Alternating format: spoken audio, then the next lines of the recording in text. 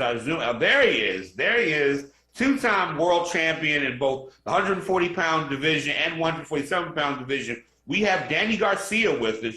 Danny, can you hear me? And welcome to the show. Yes, sir. I can hear you. Thank you. I appreciate it. Thanks for having me on.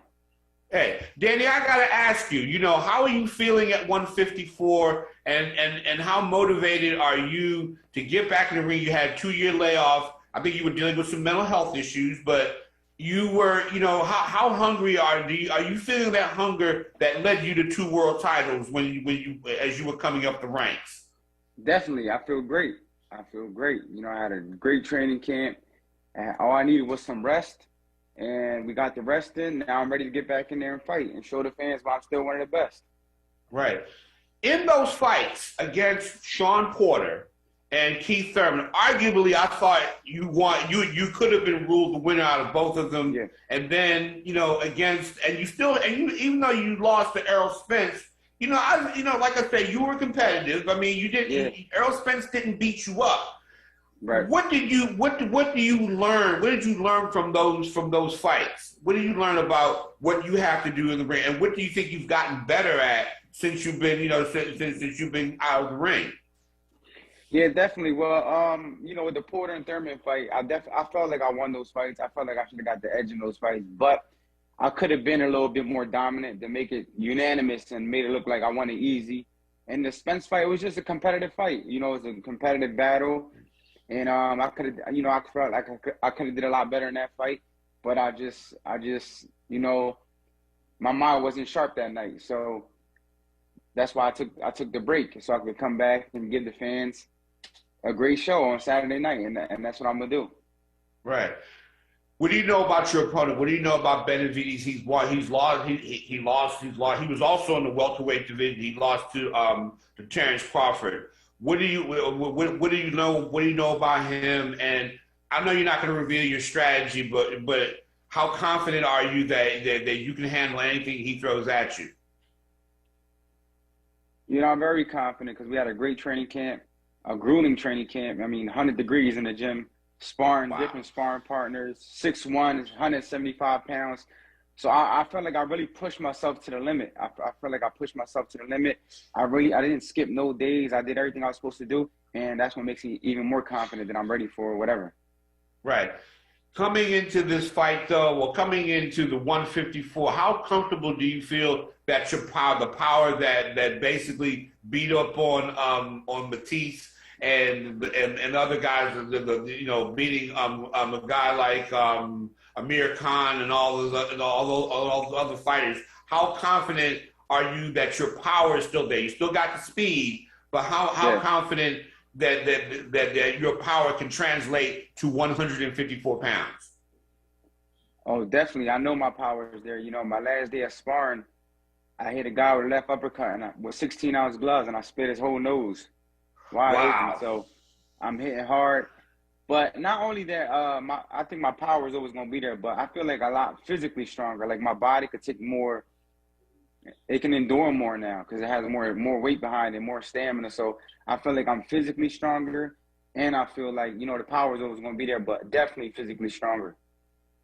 Right now, Jermell Charlo is the undisputed champion at 154. He's coming off a tremendous victory. What's your timeline to get to a possible title fight, or are you going to kind of take this sort of one situation, fight more guys, get more acclimated to the division? What's your ultimate timeline to possibly get to a title fight?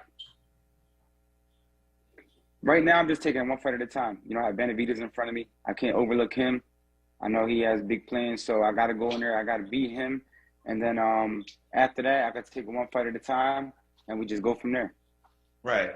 So you're going to be in that situation. So basically, you're going to gradually get into it. But ultimately, you want that title again. And, talk about that hunger to kind of prove yourself because, like I say, you've been in the ring against some of the greats. And do you still have that feeling that the best is yet to come from Danny Garcia? Definitely. I still get anxious. I still get excited.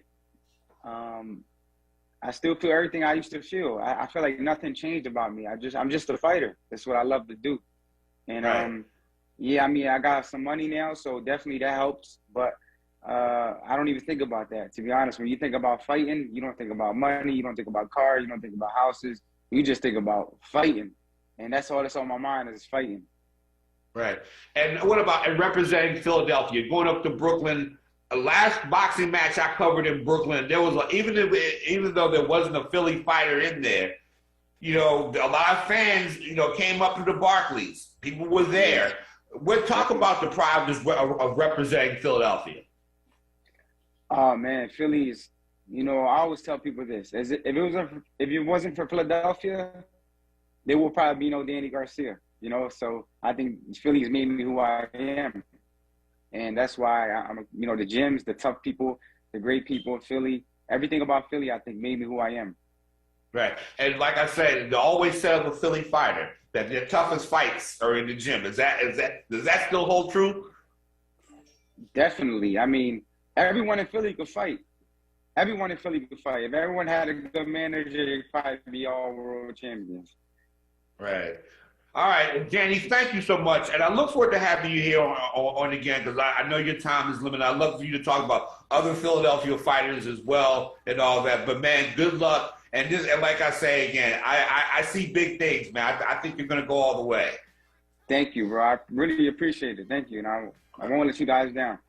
All right. Thank you so much. Danny Garcia, ladies and gentlemen. Like I say, he's looking to get another world champion. So looking to be a 3-time world champion, 2-time world champion, 140, 147. Thank you so much for being here. Ladies and gentlemen, we are out of time today. We are out of time and our show has come to an end. So, you know, thank you all for listening. Thank Danny Garcia. Thank Shalice Manson Young, and also Lamont Germany for being here. Thank all of you guys for calling in from all of my people on Facebook. I ain't forgot y'all. I know y'all watching this on Facebook. I haven't forgot all, especially Phyllis Williams. Thank you so much for listening today. Ladies and gentlemen, we are out.